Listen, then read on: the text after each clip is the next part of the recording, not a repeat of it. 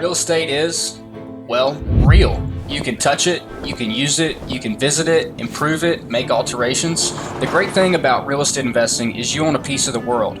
It's a one of a kind, nothing else like it in the world. If you own a share of Apple stock, you own one of 800 million identical shares. That piece that you have cannot be touched, it cannot be altered by you, and you can't walk into Apple and say, hey, let's change this up over here. I think we could make more money if we did it this way.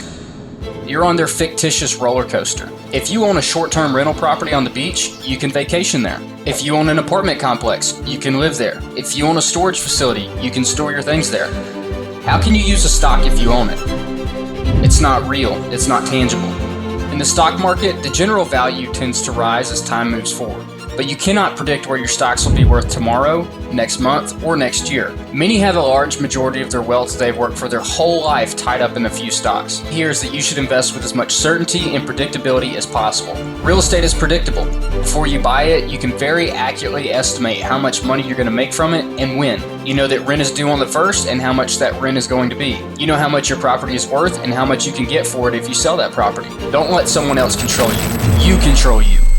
Before I got started on my real estate journey, I looked at stock investing. I would study books about the fundamentals of stocks, research companies, and look at the technical analysis. I dreaded staring at charts all day, hoping that the prices would go up or down in my favor. I did not have any control on the market price of the stocks I wanted to buy or sell. I want to be able to control my investment. This is where real estate is different than the stock market.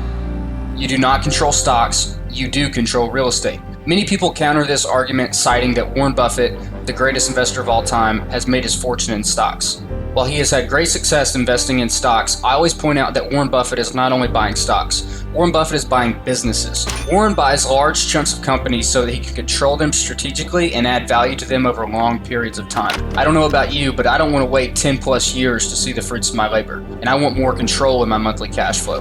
The definition of leverage is to use something to its maximum advantage. That could be a crowbar to open a door. We're using a piece of metal to do something we cannot do on our own. It could be hiring an attorney to handle legal matters for you. We are hiring an attorney who has knowledge we do not have to do something for us. We are leveraging that attorney for our benefit. In the case of real estate, we use banks to help us buy more real estate than we can afford with our own cash. When buying a house for $100,000, you can go to the bank and they will give you $80,000, and you have to put in $20,000 of your own money. This concept, leverage, allows us to buy more assets than we could buy on our own. We use other people's money to increase our personal wealth. If you had $100,000, you could buy the house for $100,000 on your own. Because we're able to use leverage and buy that same house for $20,000 of our own money and $80,000 of the bank's money, we can now buy 5 homes instead of 1. There is massive power in leverage in real estate.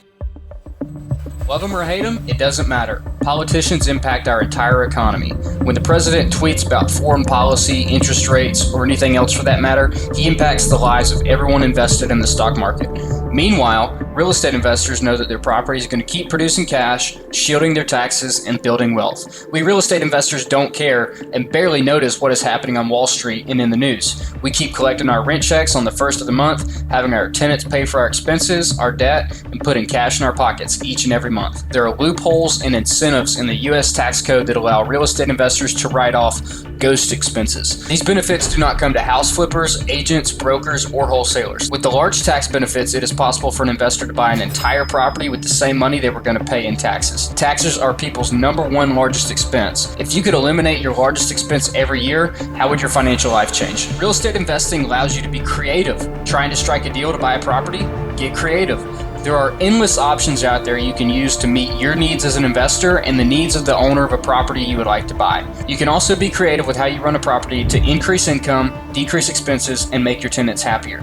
This will increase the value of your property. Real estate equals control, stability, predictability, and tax benefits. Stocks equal no control, manipulation, and taxes on profits. To recap, in real estate you have control, you can use your property to benefit yourself, you can predict your future income, use debt as your friend, use the bank's money to make yourself wealthy, enjoy tax benefits, and use creativity to get a deal done. Real estate investing is like playing offense in football. You're going to be calling the plays, putting blockers in place so you can score, and deciding which players to give the ball to.